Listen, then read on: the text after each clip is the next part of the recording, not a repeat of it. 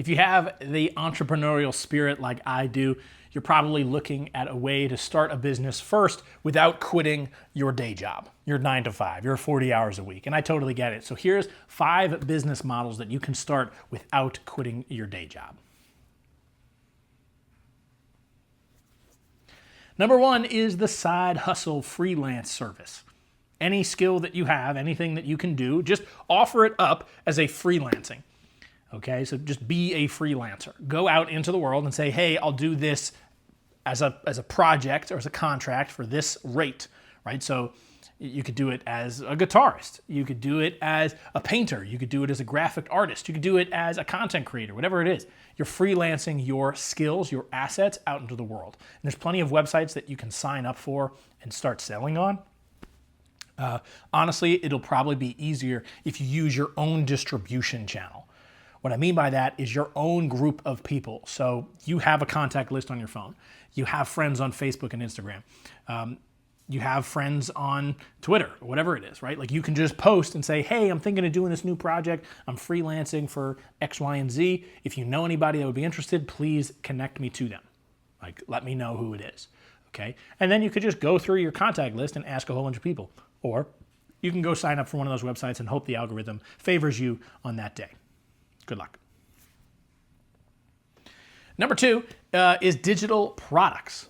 Okay, you can spend every night making one new digital product, or over the weekend, you can spend some time making a digital product and trying to sell that while you're at your normal job, your 9 to 5, your 40 hours a week. Because there's 168 hours a week. You spending 40 of it at work, that leaves 128 hours. You're spending 50 hours asleep.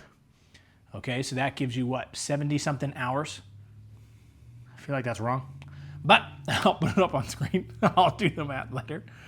Essentially, you have a whole bunch of time to craft some things or do other things like take care of your physical hygiene and yourself and your dieting and your exercising. You should do all of those things. But while you're doing those things, while you're at the gym on the treadmill, type something up on a Google Doc, right?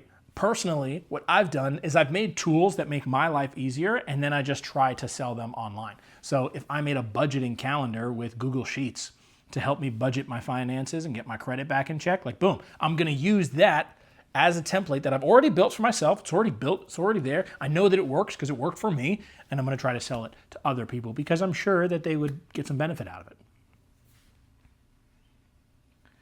Number 3, probably the most laid back type of business that you could start is affiliate marketing.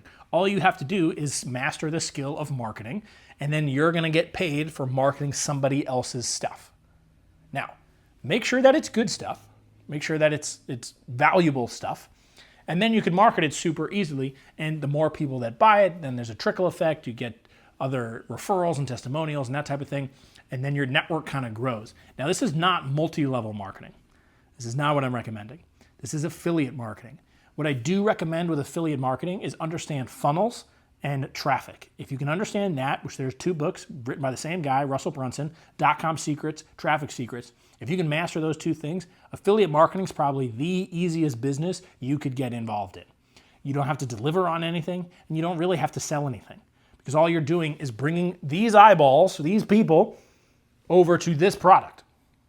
If you can do that, if you can make the bridge, the connection between these people and this product, you can make money. You don't have to deliver on anything. Again, you don't have to really sell anything. You're just trying to get these people to see this thing. If they can do that, you're golden. You could probably also learn paid ads and just run ads for the affiliate company if that's allowed. Some affiliate companies don't let you do that. Some affiliate companies actually give you all the promotional material you need. So if you can master ads, you can just run ads to these people and get them to see this thing and then get paid for it. Easy, right? Number 4 is drop shipping. This was a huge fad a couple of years ago, and it's still really profitable for some things. And if you really want to be good at drop shipping, the idea is to do it as a trending model, not a forever business. So Stanley Cups, is it hockey, Stanley Cup? Not the hockey thing. The Stanley Cups, the mugs, they were selling like hotcakes, okay? Because it was a trend. Everybody wanted the Stanley Cup because of some news article. A car caught on fire and the Stanley Cup was able to survive with ice still intact or something. So Stanley Cups were blowing up. Not literally, they were blowing up in sales. And so people made drop shipping stores with accessories to Stanley Cups or knockoff versions of Stanley Cups. And they were making a boatload of money because they jumped onto this trend. It was not a forever business. They literally opened up a store. They learned the skills, the fundamental building blocks of business. They opened up a store. They got the sales, and then they closed the store down. And they were like, we don't need the store anymore. We made $15 million. We're just going to sell the business or just completely obliterate the business. That's totally fine too. Like you could do that. You could start something, make a whole bunch of money, and then stop. It's one of the beautiful parts about learning business. As a side note, you can always start and stop a business if you understand the rules of business. If you get the foundation right, any business you want to start, your creative passion, your entrepreneurial spirit, you can just get out there and do it. So drop shipping and printing on demand. Basically, you find a product that somebody wants, and again, you become the eyeballs, or you become the bridge between the eyeballs and the thing that they want. You just have to set up more than an affiliate marketer. And lastly, we have consulting or coaching. I've always said this is one of the fastest, easiest ways to get into business. One, because it's usually high ticket. People are going to pay $1,000 or more for coaching and consulting. And there's nothing you really have to do up front other than communicate and sell your consulting services. So you say, hey, this is what I'm offering. Would you be interested? It's this price. I can help you achieve this transformation. They go, yeah, that's the exact transformation I'm looking for. You have some proof that you can do it. I'd love to work with you. And then you can build out the program later. It's actually one of like the sneaky hacks of business. Get people to pay you first and then build out the stuff.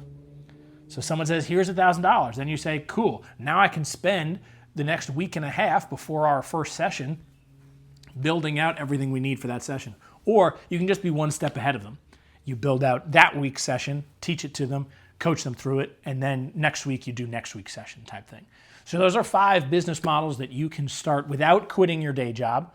All of those you can start just on your free time or on the weekend. You can still keep the day job until that business starts to outweigh your day job. Stick with it. Let that entrepreneurial spirit burn inside you and let your creativity go. You don't have to get it right the first time. You just have to start. Thanks for watching. If you like this video, hit the subscribe button, and I'll see you on the next one.